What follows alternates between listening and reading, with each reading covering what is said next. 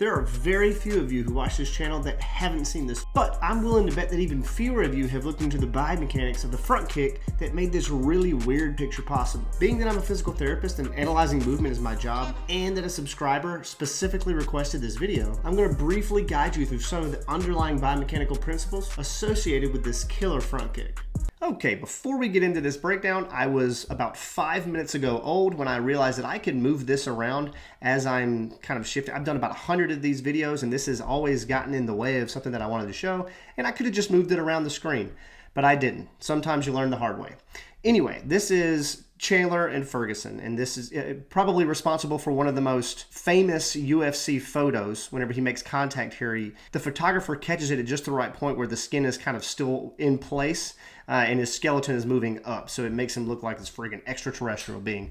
Anyway, so this is a very powerful front kick, and this was specifically requested by a subscriber, so we're going to look at it. Typically what we do is we start from the ground and move up, but today we're going to start from the trunk and move down, and we're only going to go over the kicking leg and the trunk since we can't really see all of the legs, okay?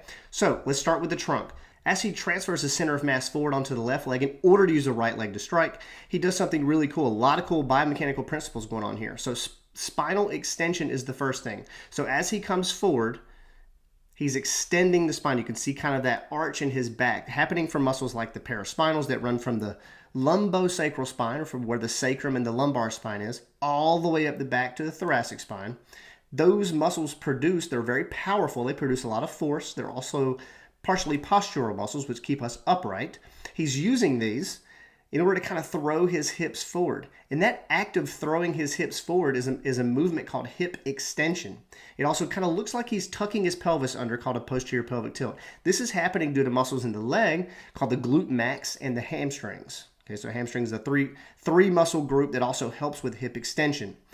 And as he's doing this, he starts to transition from spinal extension to spinal or trunk flexion. So you can see that big muscle, the six-pack muscle in the front, eight-pack muscle in the front called the rectus abdominis, and even some of the obliques that are assisting in trunk flexion.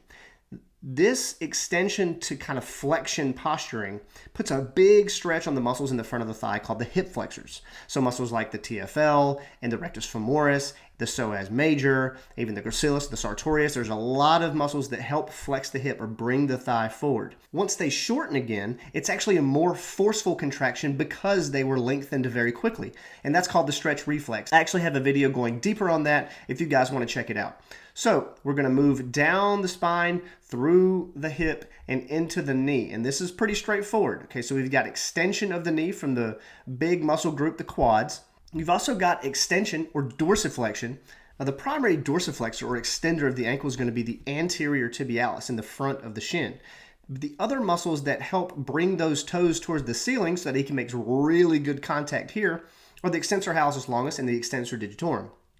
Those are, if he were to make contact without using those, his toes would have been pointed, and then he would have been in a world of pain. We've actually, in flexioning position at the trunk and at the hip, we've got this kind of extension happening at the knee, at the ankle, and at the toes. So really cool to watch. It could not have made better contact with this. So now let's shift our attention to where the foot actually makes the connection with the head. And we're going to talk about what we think and describe this process, mechanoporation, that we think is responsible for that acute loss of consciousness that we see in fights, as far as we know, as far as the literature is kind of guiding us on this. So once you make contact, there's a quick acceleration of the head into an in-range motion. It decelerates and then bounces back out with that whiplash effect. And this is known to cause, this is postulated to have caused a really hard traction or pulling or tensioning of the nerves that are located inside of our neck that travel up into our brain. And what that does is it causes parts of the nerve called the axon to not be able to transmit signals as efficiently. And when this happens on enough axons at a high enough level, it's thought that signaling causes that acute loss of consciousness. So if you want to know a little bit more about that, the details of that, I've got a video on it that I did a long time ago. I probably need to update it by now. But that is what we think causes that acute loss of consciousness. Get a really good display. A lot of times we'll see them go into rotation instead of from cervical, essentially cervical neutral. He's actually in a little bit of an extended position, but he kicks him and he extends into kind of this hyper extended position. So just really good view of a lot of biomechanical principles going on. I hope you guys enjoyed it. Thank you guys for watching, and I'll see you next time.